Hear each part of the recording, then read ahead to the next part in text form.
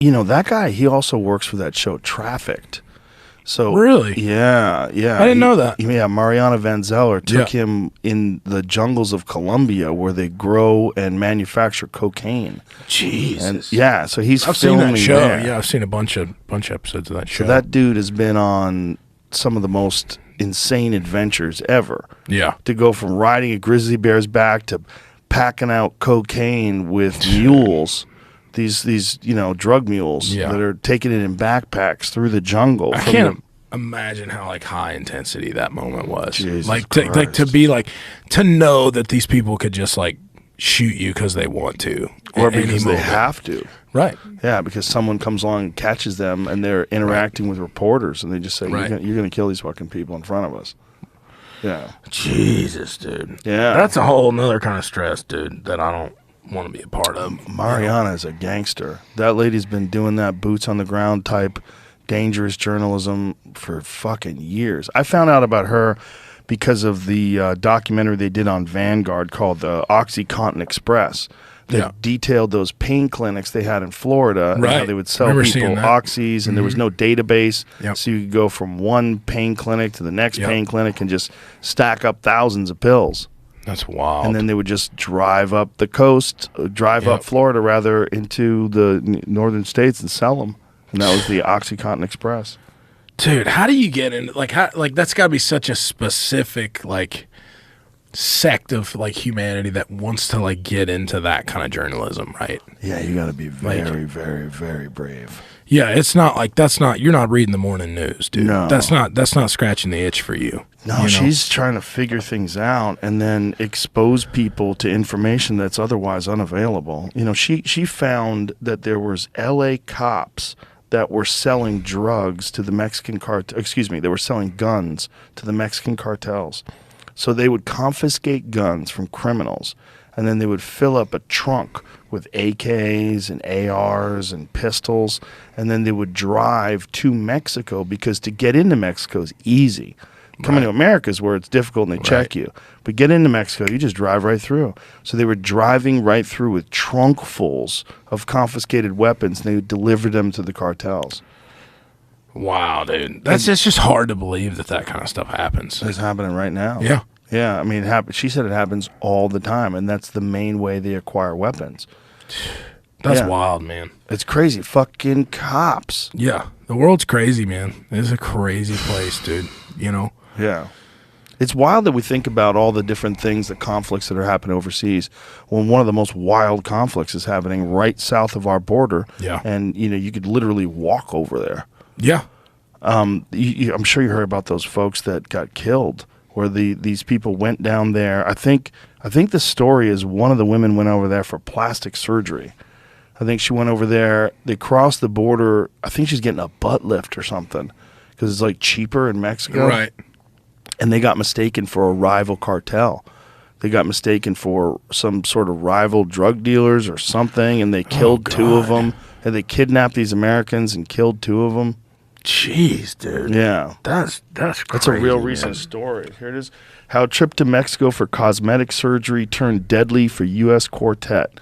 Deaths of 2 of 4 Americans kidnapped at Matamoros place spotlight on cartels' impunity and on medical tourism.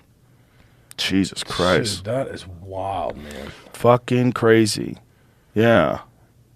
So they came from wild. Lake City, South Carolina to Matamoros, Tamaulipas, just south of the U.S.-Mexico frontier. They arrived in the border city on the 3rd of March, but never made it to the clinic. Members of a violent drug cartel that controls the area mistook the group of Americans as rival traffickers, killed 2 of them, and kidnapped McGee and one of her friends. McGee and Eric Williams were rescued within days, and the bodies of her cousin, Shaheed Woodward, and friend Zindell Brown were later repatriated. On Thursday, 5 men who allegedly carried out the attack were dumped on a Matamoros street, along with a surreal letter of apology, purportedly from the Gulf Cartel.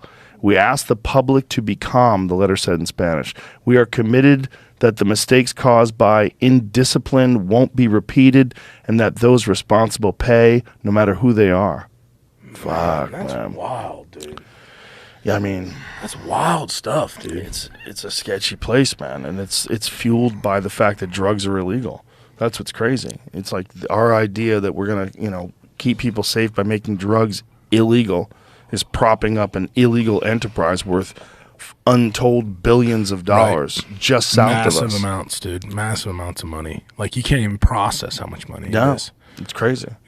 Yeah, and it's also responsible for the fentanyl deaths of 100,000 people a year. It's like, fucking A, man. Crazy times, man. Yeah. It really is, man. I've always wanted to go to Mexico to hunt because, in Sonora. Yeah, like coos deer and stuff like that. And a giant mule deer. Yeah. They have giant mule deer south of the border. Really? Yeah, huge. Never seen the mule deer in Mexico? See if you can find, just Google giant mule deer in Mexico. Yeah, people go. A buddy of mine just went over there and shot a fucking monster, and he said, "I don't know if I'm going back again." He said, "We had to meet members of the cartel, and we pulled up this place, and these dudes. Look at the size of these mule deer. I mean, oh goodness. Yeah, look at these things, and it's all in the desert of Mexico. It's like one of the most known places for enormous mule deer in Sonora, which is interesting, right? Because they have these tiny little coos deer, and then they have these oh, look at that one. Goodness. Yeah, click on that one, Jamie. Yeah, that one right there. Look at that fucker. Good night, dude. I mean, that's hard to believe, monstrous mule deer. That's like semi-elk, dude. You're like getting into elk territory with that. You know what I mean? And it's the territory is gorgeous, and it's like the landscape is beautiful. But, you might pass some dudes that are, parked in front of a G-Wagon with, AKs hanging from their shoulders. And you're like, oh, my God. And then they ask you questions and talk to you, and you're like, oh, fuck. Yeah. They just might kidnap you.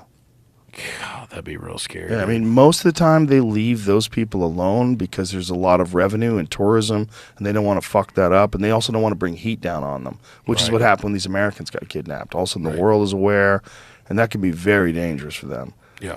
But I think them dropping those 5 gauss off on the street is probably going to squash it, as weird as that is. That's crazy, man. It's crazy stuff, man. It's just... it's just hard to believe that stuff's going on. Right now, right there. And it's on the same land mass as America. Yeah. That's what's crazy. The same, literally just further down south in Texas. It's happening right closer, there. It's closer to where we're at right now than I was this morning from where we're at right now. Yeah. Isn't that crazy? It's like I live in Nashville, Tennessee, But it's some invisible border that we created, decided this is the line of lawlessness.